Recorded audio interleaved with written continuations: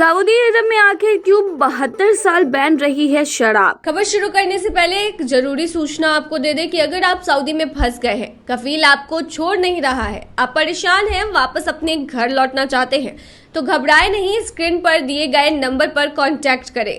इनका नाम अहमद अली है। ये आपको कानूनी प्रक्रियाओं के तहत महज 3 से 4 दिन के अंदर ही खरूज लगाकर सऊदी से फाइनल एग्जिट कराकर आपको सही सलामत अपने देश पहुंचा देंगे। बता दें कि इस्लामिक देश सऊदी अरब में एक बड़ा बदलाव होने जा रहा है। यहाँ शराब की दुकान खुलने जा रही है। बताया जा रहा है कि राजधानी रियाद में शराब की पहली दुकान खुलेगी। 72 साल में यह पहली बार होगा जब सऊदी अरब में शराब बिकेगी, लेकिन इसके साथ कुछ शर्तें भी हैं।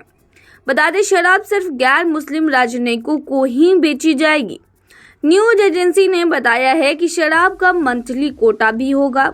शराब खरीदने से पहले मोबाइल ऐप के जरिए रजिस्टर करना होगा। विदेश मंत्रालय से क्लियरेंस मिलने के बाद ही शराब खरीदी जा सकेगी। इतना ही नहीं, शराब पीने वाले किसी और से शराब नहीं मंगवा सकेंगे, यानी डिप्लोमेट को खुद जाकर ही दुकान से शराब खरीदनी होगी। ये डिप्लोमेट्स अब तक बाहर से पाउच आयात करते थे, जिसे डिप्लोमेटिक पाउच कहा जाता था। इसी पाउच में शराब होती थी। इसे सऊदी के क्राउन प्रिंस मोहम्मद बिन सलमान का बड़ा फैसला माना जा रहा है। माना जा रहा है कि फैसला इसलिए लिया गया ताकि कतर इस्लामिक देश को पर्यटन और कारोबारों के लिए खोला जा सके, क्योंकि इस्लाम में शराब पीना मना है। हालांकि अभी ये साफ नहीं हो सका है कि आम विदेशी नागरिक भी शराब खरीद सकेंगे या नहीं, लेकिन इतना साफ है कि शराब सिर्फ गैर मुस्लिम डिप्लोमेट्स को ही बेची जाएगी। इसका मतलब हुआ कि सऊदी की 3 करोड़ से ज्यादा की आबादी पर इस फैसले का कोई असर नहीं होगा।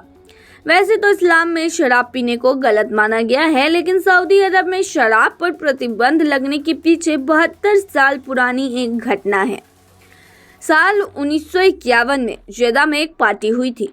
इस पार्टी में कई देशों के डिप्लोमेट्स भी शामिल थे। रिपोर्ट के मुताबिक पार्टी में शाही परिवार के एक सदस्य ने शराब के नशे में धुत एक ब्रिटिश डिप्लोमेट की गोली मारकर हत्या कर दी थी। किंग अब्दुल अजीज के बेटे प्रिंस मिशारी बिन अब्दुल अजीज अल सऊद नशे में इतना धुत हो गए थे कि उन्होंने ब्रिटिश डिप्लोमेट सीरियल उस्मान को गोली मारकर उनकी हत्या कर दी थी।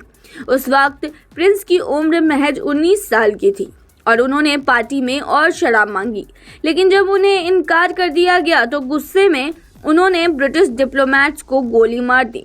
इसके लिए प्रिंस को हत्या का दोषी ठहराया गया और उन्हें आजीवन कारावास की सजा भी सुनाई गई। बता दें, 1952 में सऊदी अरब में शराब पर पूरी तरह से प्रतिबंध लगा दिया गया। उसके बाद से ही सऊदी अरब में शराब पीने और रखने पर रोक है। ऐसा करने पर जुर्माना, कैद, सार्वजनिक रूप से कोड़े मारने और अनाधिकृत विदेशियों को वापस भेजने का भी कानून है। इस्लाम में खानपान से जुड़े मामलों में 2 शब्दों हलाल और हराम का इस्तेमाल होता है। हलाल से मतलब है जो इस्लामी परंपराओं और मान्यताओं के हिसाब से तैयार किया गया हो। वहीं हराम से मतलब है उन चीजों से जिन पर इस्लाम में प्रतिबंध है, जैसे पोर्क यानी कि सूअर का मांस और शराब। इसके लिए मुस्लिम विद्वान कुरान की एक आयत का हवाला देते हैं, जिसमें नशीले पदार्थों को शैतान का काम बताया गया है। इसीलिए इस्लाम में शराब या नशीले पदार्थों के सेवन की मनाही है।